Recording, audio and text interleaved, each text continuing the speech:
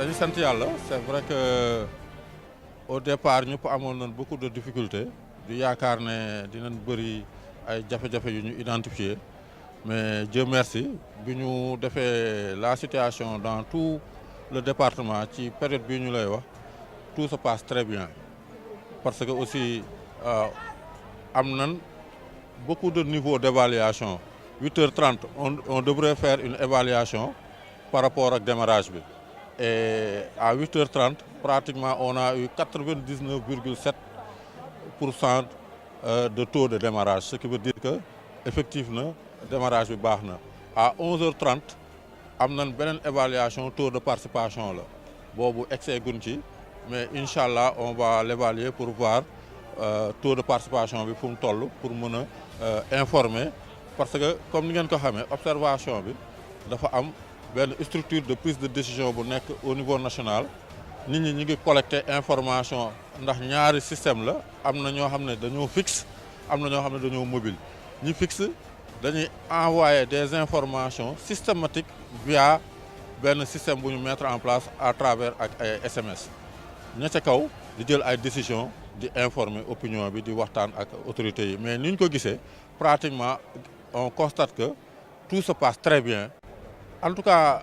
apparemment soo xoolee centre bi bii ñu nekk nii représentant candidat yi sax entre ñoom muy Jackson Fass de école 5 ex Pikine 5 man gis naa ne ambiance bi fi am ambiance bu neex la parce que da ngay gis les différents candidats sax toog di waxtaan entre délégués mandataires et représentants loolu ambiance bu neex la mais élection dafa sensible ba nga tax na lu ndaw rek dafay indi problème maintenant ñuy saluer aussi professionnalisme force de l'ordre yi parce que tey jii bu ñu ñëwoon filtré ci biti di segg ñuy dugg ñu dul dugg yooyu mën na indi problème mais soo gisee vraiment c'est leur professionnalisme moo poussé à ce que ambiance bi am ñoom ñu toog jàpp seen ñàmbur donc encore une fois dañuy demander à ce que yàlla may na ñu continuer ci dynamique bi xam ne vraiment bu 19h jotee ñi gagné dañuy gagné ñi ñàkk félicité ñi gagné ñi ci des ñu encouragé xam ne Sénégal lundi nit ñi dañu war a liggéey te président bi dafa war a falu pour saafara askanu saafara jafe-jafe wu askan wi merci beaucoup. waaw kontaan trop parce que dama xëy ba léegi maa ngi wër di def situation bi ci la région parce que maa toogal le candidat Madické Niang mi nekk Touba di wote foofu fii ci région de Dakar am nañ suñu côté ay couac ci problème ay siégeants yu manqué wala siégeants yu xeeb li ñu leen jox mais yooyu il faut la ñu régler ko tenir leen un discours patriotique d'engagement et de détermination. Dieu merci véritablement surtout me rafetlu le fait que manquement yooyu du am problème pourquoi parce que ndigal bi ñu jot mooy 4 candidats yi de l'opposition ñoom 4 yëpp seen i mandataires ak seen i siégeants ndigal bi ñu leen jox te ñoo ngi koy jëfee mooy ñu mutuelle boole seen i doole di bañandoo lu dul yoon di jàppalante seen biir ba ci seen lekk ak seen naan ak seen xéwal mais également faire face tentative li nga xamante ne waa APR ak Benno Bokk Yaakaar ñoo ngi koy def benn bi ma leen ci wax rek mooy école bu nekk candidat bu nekk benn mandataire nga am ca école ba benn kon ci biir école bi juróomi mandataire rek ñoo fi war a taxawaal mais ñoom da ngay gis kenn dugg yor ko dugg ci école yi def li ngay def génn jox ko keneen par exemple saa yi sax mu jox ko ku jigéen te turu góor a ci ne loolu heureusement wax nañ ko commissaire Pikine pour bañ coow am ci Pikine parce que ñun fii suñu waxul kenn nañu def kenn duñu wax li ñuy def fii Pikine la rawatina Pikine Nord donc bu ñu wootee jàmm buñ ko jaawaleeg ñàkk fayda ñu wax waa APR xamante nañ ku nekk na nga yem sa benn mandataire te ñu bàyyi ñi ñuy dogaale di def trafic d'influence di leen jox xaalis bu ñu buggee sax ñuy joxe ay valises parce que préparé nañ sax loolu préparé nañ ku ñu jox sa valise jëlal dugal votelal ki nga bëgg jël seen carte ba ñoom APR for benn ci mbalit bi jox leen ko seen xel daal mais ñu won leen ne Pikine kenn du ñu jënd ci xaalis Sénégal sax laa wax Sénégal yi yeewu nañ léegi lu tax ma naan yeewu nañ xoolal école bi ñëpp jóg nañ gannaaw coowu campagne bi yëpp boo xoolee école bi depuis ci suba et puis mu law ci Pikine nga xam ne Sénégal yi léegi politiciens yi duñ leen yóbbu xam nañ liñ bëgg a def buñ ci yeggee dinañ jóg def ko ci jàmm ba pare nag xaar xéewal maa ngi leen gërëm di sax. damay sant yàlla tey bi ngeen ñëwee fekk si ma fii xam ne fa laa dëgg fi laa juddoo am fi ay xarit am fi ay mbokk am fi ay militants bi may créer Mali derrière Macky pour un second mandat 2016 bés bii moo taxoon donc lépp luñ ci sonn xeeb nañ ko lépp loo xam ne nii def nañ ko ci mobilisation ci porte à porte ci jëli nit ñi ñu dem jëli seen carte d'identité tey jii dañ ciy gën a kontaan parce que nit ñi dañ doon wax ne élection yi organisation bi du am ñenn ñi ne nit ñi duñ jot seen i carte tey jii nii gisuñu ci école bi lu dul ay citoyens sénégalais yoo xam ne seen carte la ñu indi pour ñëw voter si organisation bi di jaar yoon ñu ci sant yàlla bu baax a baax depuis 8 heures ba tey centre bi 9 bureaux de vote moo fi ne notaw ñu fi benn incident donc ñuy sant yàlla di ñaan yàlla na continuer noonu ba 18 heures parce que ñun ñëpp ay sénégalais lañ élection yi ñu def nii defe naa ne dañ ne élection présidentielle rendez-vous benn nit la ak dëkkam wante rendez-vous de 15 millions de sénégalais la ak seen dëkk ndax dafa am fu ñu jógee am fu ñu jëm quel que soit le résultat de ce soir yaakaar nañ ne Sénégal benn bopp la kenn mënu ko xar ñaar te bu subaa nit ñi war nañu xëy dem liggéey ndax suñu dëkk dañu bëgg mu tegu ci yoon suñu dëkk dañu bëgg mu am jàmm suñu dëkk dañu bëgg mu nekk un pays développé dans quelques années loolu ci lii lay commencé mooy bu ñu war a xëccoo nañu xëccoo wante bu jotee ñu ànd defe naa ne war nañu mën a ànd ci kenn ku nekk ci la nga bokk Sénégal jëm kanam loolu moo tax tey ñuy kontaan ci li fi xew te ñu leen di wax ne sincèrement lépp loo xam ne nii def nañ ko président Macky Sall moo tax ñu koy def ndax bi ñu créé sunu mandat gëm nañ ne ñun président Macky Sall fi mu commencé ba fi mu yegg ku ko joxaat dëkk bi 5 ans dinañu yóbbu feneen foo xam ne nii Sénégal war na mën a dem si kanam. Donc depuis ce matin on est là vote bi mi ngi déroulé normalement donc li ñu ci un peu déploré mooy à l'habitude des apéristes mooy achat de conscience ak influence donc c'est pour cela que ñun dajal nañ jeunesse bi yëpp ñu ngi taxaw parce que depuis ce matin comme que ñun sommes des démocrates président Idrissa moom day prôner pour la paix moo tax gis nañ ñëpp depuis démarrage élection yi ba léegi il est vêtu en boubou blanc juste pour wane ne moom jàmm la xam et ci jàmm lay déroulé il est confiant il est serein xam nañ ne vote bi Sénégalais moom la ñu àndal donc li ñuy wax waa APR fii au niveau de Pikine Nord achat de conscience mënu jàll parce que seen biir déjà dañu diviser ñaari camp APR moo am fii kon ñooñu mënuñu daal au niveau de la coalition 2019 ñu ngi fi ak Khalifa Sy ak Karim Sy ak waa GP ak waa PDS on est tous là avec la jeunesse donc ñu wax le président Idrissa Pikine Nord est 100% Idrissa achat de conscience du fi am sàcc du fi am parce que gis nañ ay gros bras yu ñu fay pour le soir mais on est prêt sur tous les plans duñu tooñ waaye ku ñu door dinañ fayu la jeunesse est là kenn fayu leen dañoo engagé fayu ñu benn gros bras ñu fi nekk ñëpp c'est des citoyens de Pikine Nord ils sont prêts pour sécuriser leur vote xam nañ ne président il va gagner à 100% ici. waaw bilan bi fu mu nekk nii mën nañu wax c'est un bilan positif par rapport ak li nga xam ne moom mooy l'opposition c'est un bilan positif su ma ko waxee mooy que li nga xam ne moom lañ def comme sondage par rapport au bureau mooy liñ ci wane nit ñi génn exprimer wu li ci ëppoon solo mooy c'est que les personnes sortent exprimer wu génn nañ voter mais li ñuy génnee comme information suñu génn dañ def signe def ñu OK et li ci ëpp solo mooy que toute l'opposition est réunie aujourd'hui pour fexe à ce que li nga xam ne moom mooy le parti au pouvoir mën a dem waaye nag ba midi ba 13h li nga xam ne moom la ñu am comme information mooy que fi ñu nekk ci ligne bi ñu nekk ligne boo xam ne ligne bu baax la li ci des nag xam nañu bareetul donc li ci des moom mooy ñun en tout cas toute l'opposition réunie ñu jéem a fexe à ce que sécuriser suñu vote quand je dis sécuriser suñu vote am na lenn loo xam ne lu muy undi beneen bi le constat que j'ai fait sànq mooy que dama gis ci ñoom parti au pouvoir dañoo def par rapport ak seen achat de conscience nekk ci bureau di taxaw waaye man fulla bi ma am ak mat ndaw gi ma doon ma woo policier bi alkaati bi ne ko ñii nañ leen génnee parce que yooyu nga xam ne yooyu lañ def seen 5 points yooyu di taxaw di jéem a def achat de conscience te achat de conscience yooyu moom mooy andiwaat li nga xam ne tey jii moom mooy insécurité bi parce que ñun duñ ko nangu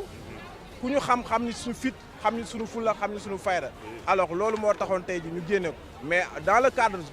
global et général amul benn insécurité boo xam ne wane nañ ko muy insécurité notoire. waaw situation vote bi moom niñ ko gisee mooy commencé nañ ko ci jàmm di ñaan yaay eggale ko ci alhamdulilah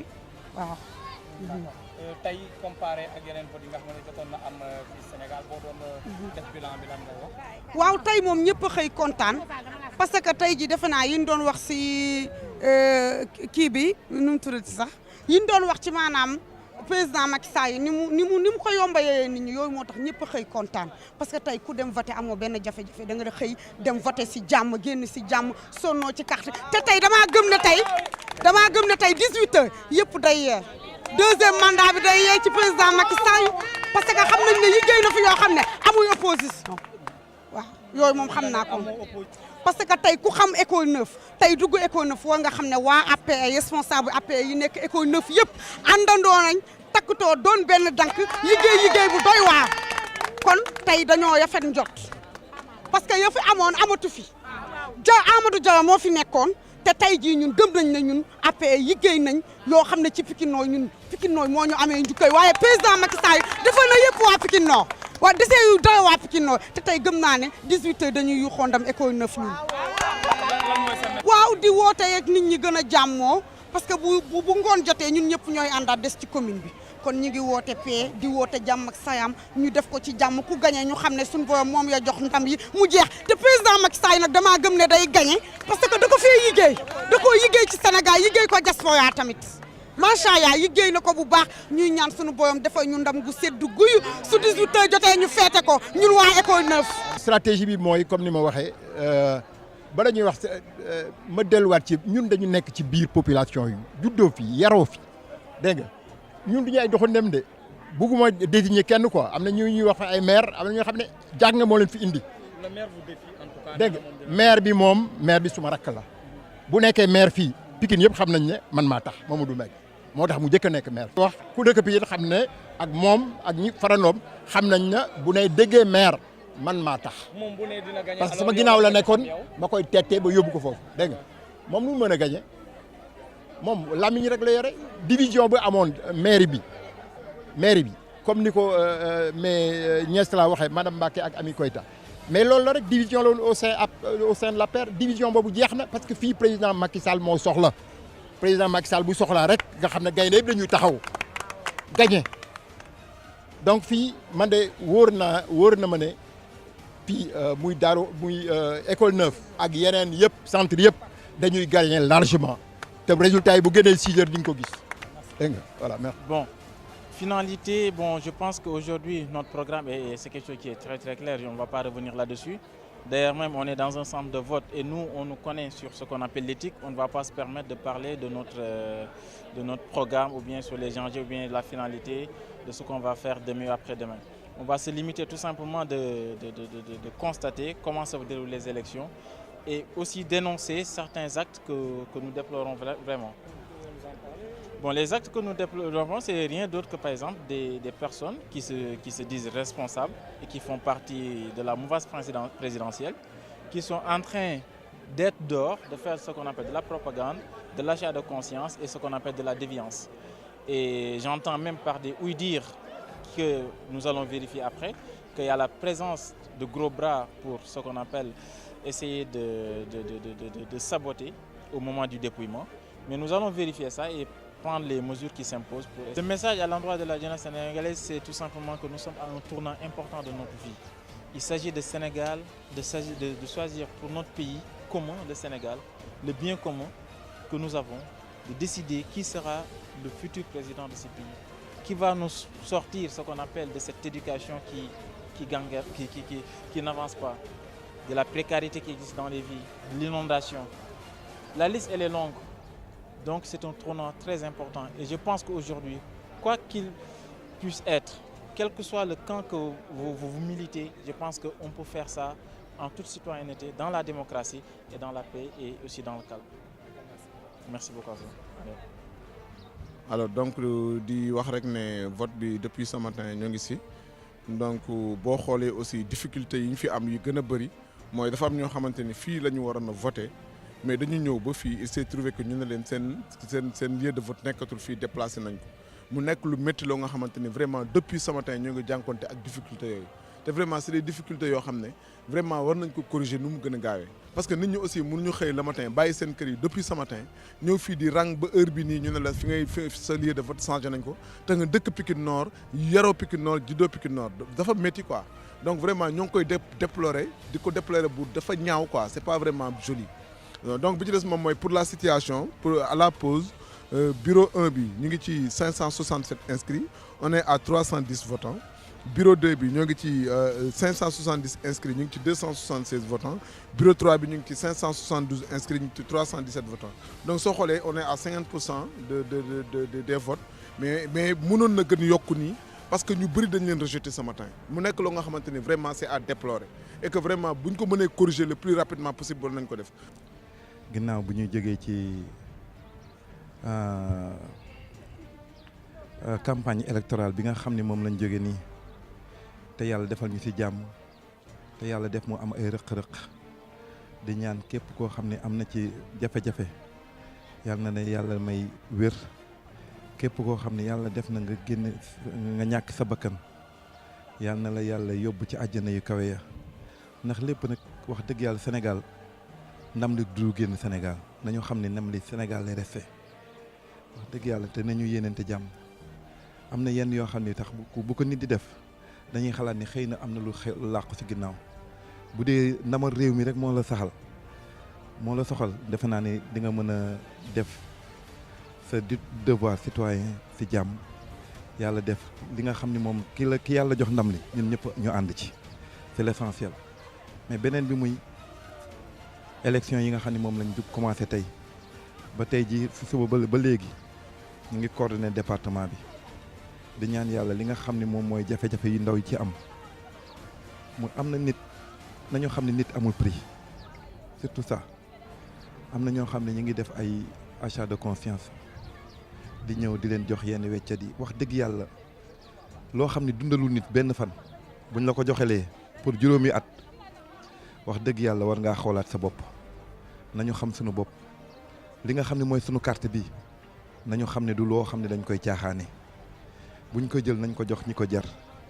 mais jox nit ki ëllëg mu jox la benn weccat boo xam ne mënu laa dundal sax benn fan wax dëgg yàlla jax nga koy jox benn carte yaa ngi sànq sa askan te am na loo xam ne nag nañ ci xoolaat bu baax suñu bopp di ñaan yàlla li nga xam ne moom la ñu commencé tey yàlla na si yàlla def jàmm ndax Sénégal moom képp kuy jéem a nekk président tamit jàmm moo tax heureusement sunu président jàmm lañ ko xamee ba yenn comédiens yi sax wax dëgg yàlla moom la ñuy foyee ndax bëri jàmm kon nag jàmm googu yàlla nañu ko yàlla defal di ñaan yàlla li nga xam ne moom la ñuy tiit lépp yàlla na ko yàlla yemale ci campagne électorale bi di ñaan yàlla bis ni ngoon Macky Sall yàlla na jël ay bagaasam dem le président Issa Sall remplacer ko ci palais bi wasalaamaaleykum wa rahmatullah